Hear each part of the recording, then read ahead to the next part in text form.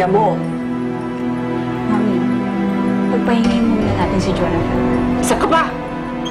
Nagpapakagaga ka dyan sa kabit na asawa mo?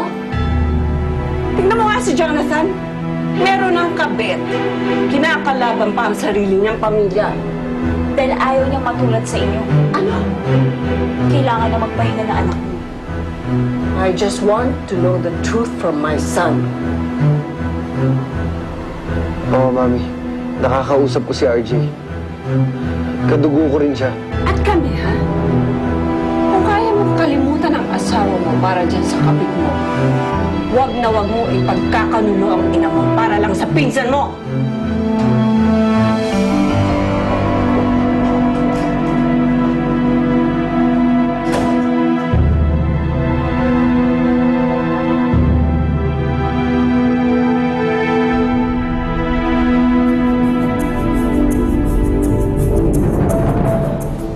Anak, pakinggan mo si Falcon.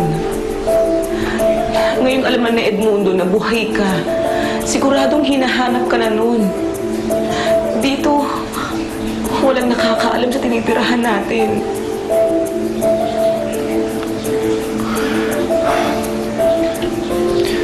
Paano si Rachel? Kailangan ko siyang makita. Anak, ngayong alam niyo na pareho kayong buhay, marami kayong pagkakataon sa ibang araw para magkahanapan.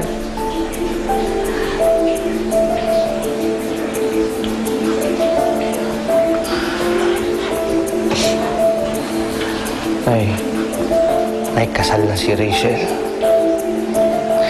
Magkita man kami. Nawawalan ka na naman ng pag-asa, anak. May dahilan ang lahat na nangyayari sa buhay natin. Hindi mo man maintindihan ngayon. Maiintindihan mo rin yan balang araw. Katulad ko.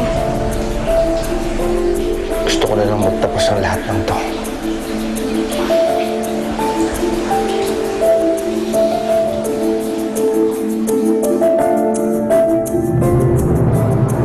Hindi ka ba papasamaan yan?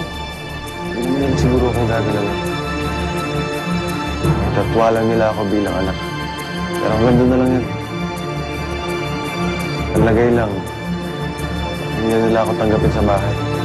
Hindi naman nalaman ko anong binabalak nila. Okay lang yun. Malaki na nga naitulong mo sa amin ni Rachel.